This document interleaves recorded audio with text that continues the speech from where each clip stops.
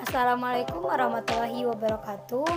Saya Yufi Indiani dengan NIM 2030101044 dari kelas Habis Biologi 3B dengan dosen pengampu Dwi Rini Kurnia Fitri MSI. Nah, kali ini saya akan membahas materi mengenai hubungan antara vegetasi dan faktor lingkungan, air dan atmosfer pada mata kuliah ekologi tumbuhan. Nah, materi pertama yaitu masuknya air dalam tumbuhan. Proses masuknya air dalam tumbuhan antara lain proses pengangkutan air dan mineral dari dalam tanah oleh tumbuhan berawal dari air dalam tanah, diserap oleh rambut akar dan mineral tanah memasuki tumbuhan melalui epidermis. Akar melintas korteks akar dan masuk ke dalam stele. Dari stele, air dan mineral melalui xilem air tiba di daun pada dahan tertinggi. Yang B. Laju kehilangan air. Gutasi merupakan sebagian air yang hilang dari tumbuhan berbentuk uap, tetapi dapat juga dalam bentuk cairan. Air keluar dari pinggir daun sebagai tetesan jernih, umumnya nampak pada pagi hari. Yang kedua, transpirasi. Proses kehilangan air pada tumbuhan ini disebut transpirasi. Kekurangan dan kelebihan air. Kekurangan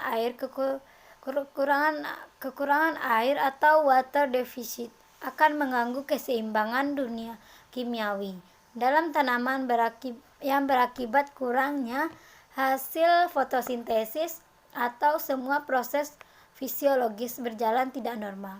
Apabila keadaan ini berjalan terus, maka akibat yang terlihat misalnya tanaman kerdil, layu, produksi terendah, kualitas turun, dan sebagainya. Yang kedua, kelebihan air. Pengaruh ketersediaan air pada tanaman dengan jumlah yang berlebihan dapat sangat berbahaya bagi pertumbuhan dan perkembangan tanaman.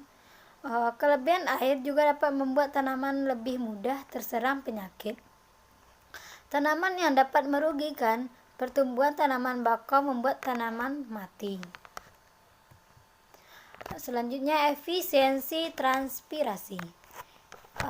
Efisiensi transpirasi berhubungan dengan penggunaan air sebagai rasio hasil tanaman atau hasil yang memiliki nilai ekonomi terhadap air yang digunakan selama reproduksi.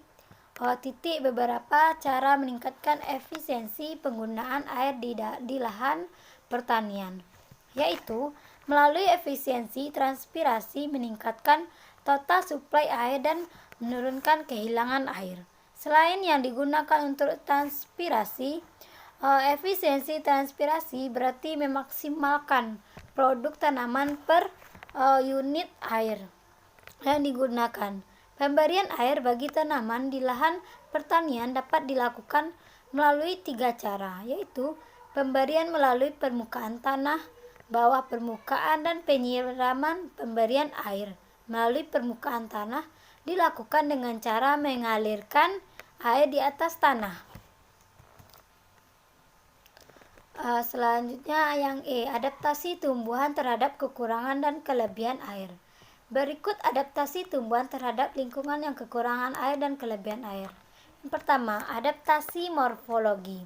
Adaptasi morfologi atau struktural adalah perubahan fisik tumbuhan yang memungkinkan mereka untuk bersaing dalam menyesuaikan diri di lingkungan tersebut. Yang kedua, adaptasi fisiologi. Adaptasi fisiologi adalah penyesuaian intraseluler biokimia metabolisme yang sedang berlangsung di dalam tubuh organisme untuk mempertahankannya dalam keseimbangan di bawah kondisi lingkungan apapun. Yang ketiga, adaptasi tingkah laku. Adaptasi tingkah laku adalah jenis adaptasi yang menghasilkan kebiasaan tumbuhan. Selanjutnya, pengelompokan dan karakteristik tumbuhan berdasarkan kadar air tanah, seperti Xerophyta, Mesophyta, Hydrophyta, dan Halophyta. Nah, Xerophyta merupakan tumbuhan yang beradaptasi untuk daerah kering yang sangat sedikit jumlah dan lebih khusus jika dibandingkan dengan kelompok lainnya. Contohnya tumbuhan kaktus. Selanjutnya Mesophyta atau Mesophyt, yaitu tumbuhan yang sangat cocok hidup di lingkungan yang lembab tetapi tidak basah. Bisa kita lihat anggrek atau cendawan. Selanjutnya Hydrophyta. Hydrophyta merupakan kelompok tumbuhan yang hidup sebagian atau seluruhnya di dalam air atau tanah yang tergenang secara permanen. Contohnya water lily atau teratai. Nah, Halophyta. Halophyta merupakan tumbuhan yang hidup di dalam keadaan kadar garam yang tinggi, mempunyai mekanisme untuk menerima garam yang masuk dalam tubuhnya. Contohnya pada tumbuhan bakau yang tumbuh di sekitar daerah pantai. Nah, mungkin hanya itu materi yang dapat saya sampaikan. Jika ada salah kata, saya mohon maaf.